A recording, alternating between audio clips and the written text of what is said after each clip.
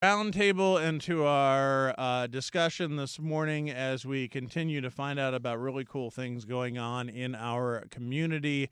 And we learned this morning about the current Williamstown Theater Festival production of Pamela Palmer by David Ives and directed by Walter Bobby. David Ives puts a noir spin on an existential romance in the world premiere of this play. Pamela Palmer lives a seemingly perfect life with her husband at Wishwood, but has a bizarre suspicion something's wrong, only for them both to become entangled with the detective she hires to investigate. The play features Tina Benko, Clark Gregg, Max Gordon, Moore, and Becky Baker, and runs through Saturday, August 10th on Williamstown Center Stage, and it's a great pleasure to welcome David Ives to the roundtable this morning. Thank you very much for being with us. Good morning. Thank you very much. And I believe for having me on. It's really nice to have you on. Thank you very much for being with us. I believe Clark Gregg is also joining us. Hello, Clark. Hello, how are you? I'm well. It's good to hear your voice. Clark Gregg, best known for playing the original character Phil Coulson in films and television series set in the Marvel Cinematic Universe, but also known as a regular on The West Wing. And where I first learned of him was from a wonderful show called The New Adventures of Old Christine, which was with Julia Louis-Dreyfus and a terrific show. And he is going to be performing in Pamela Palmer, which, as I mentioned, is going to be running through August 10th. A play by David Ives. Let's go to David first. David, give us a sense of how this story came to you and came about. This story, I actually had the idea for this story quite some time ago, and I wrote it down in a notebook. And I thought it was going to be a novel, but it didn't turn out into one. But the idea was that a woman hires a detective because she thinks something terrible has happened in her house, and she wants him to find out what it is. And after years of sort of marinating, that idea became Pamela Palmer, in which a woman thinks that she has done something terrible and hires a detective to find out what she's done. And that detective is played by Clark Gregg. So, Clark, what is it like for you to play this character, and how ultimately you came to this production? I'm going to be honest. I think somebody dropped out, and But I'd moved back to New York in January. I'd been in Los Angeles a lot for some years in the hopes of working in the theater more. I've started out there. I've worked there periodically over the years. And I got a wonderful call from Jenny Gersten, the amazing Jenny Gersten, who is the interim director of the Williamstown Theater Festival. Would you like to start working on a play tomorrow or the next day, I think it was. And then she said the name David Ives, who's a bit of a legend, and I've loved so much the work of his I've seen. And then I read this play and this part, and I started pinching myself a little bit as I drove to the airport. What was it about the earlier decision to say, especially after spending time on the West Coast, of saying I would like to do more theater? I would like to sort of do that for a while. It was a combo platter because I grew up on the East Coast, all over it, and I had a lot of friends of mine who moved out to LA when I did, when they were starving in New York.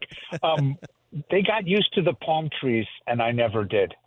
I was born in Brookline, Mass. I grew up in Newport and Providence, Rhode Island, and Philly in North Carolina.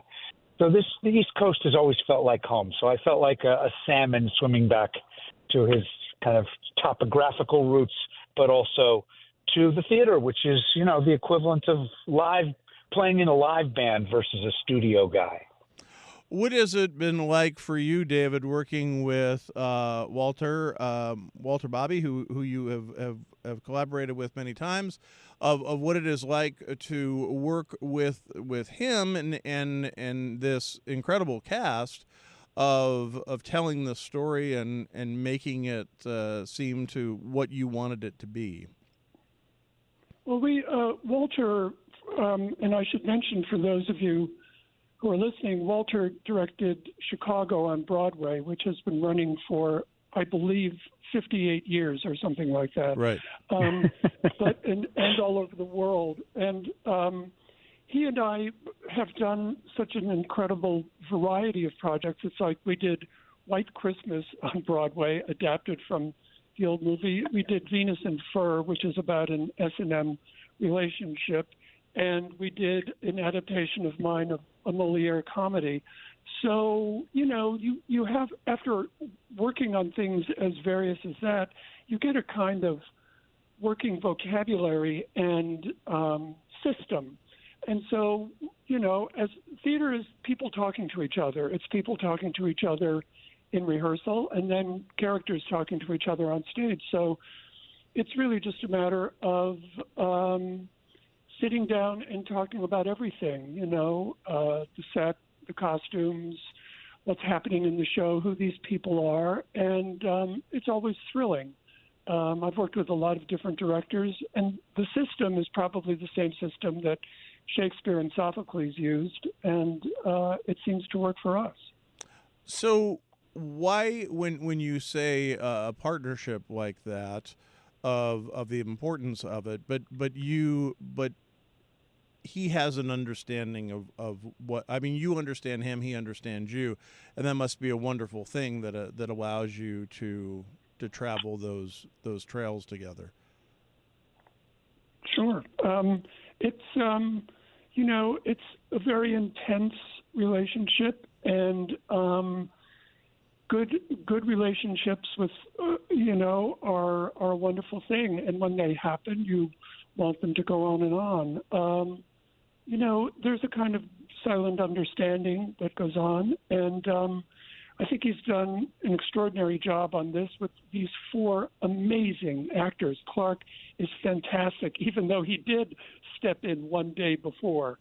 And Becky Baker is in the cast, and I don't know how many projects she's done at Williamstown. Oh, God, she's been there since, here. From the beginning, yeah. Yeah. And ironically enough, I was playwright in residence in Williamstown 41 years ago this summer.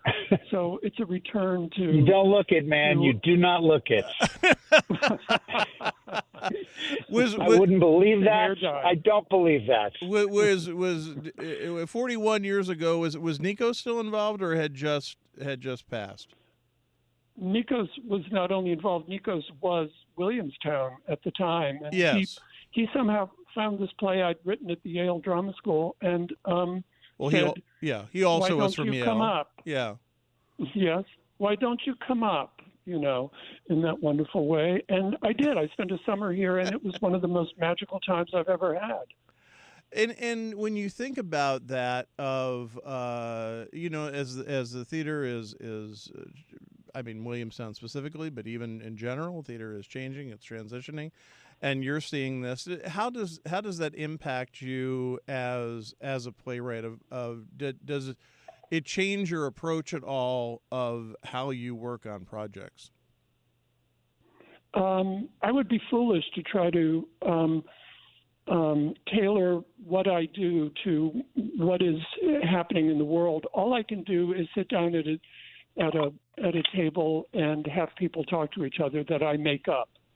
And I've been doing that. This is my 52nd year in the professional theater, and you fall into a way of working, and if the world wants it, and Williamstown wanted this play, if the world wants it, then it goes up. And it's just like that. You have your system and you do it. And Clark, you've been enjoying this process, and I assume you're suitably caught up, and now that the the show's hit the stage, you're ready to go. Yeah, let's go with that. I like that. I like that theory.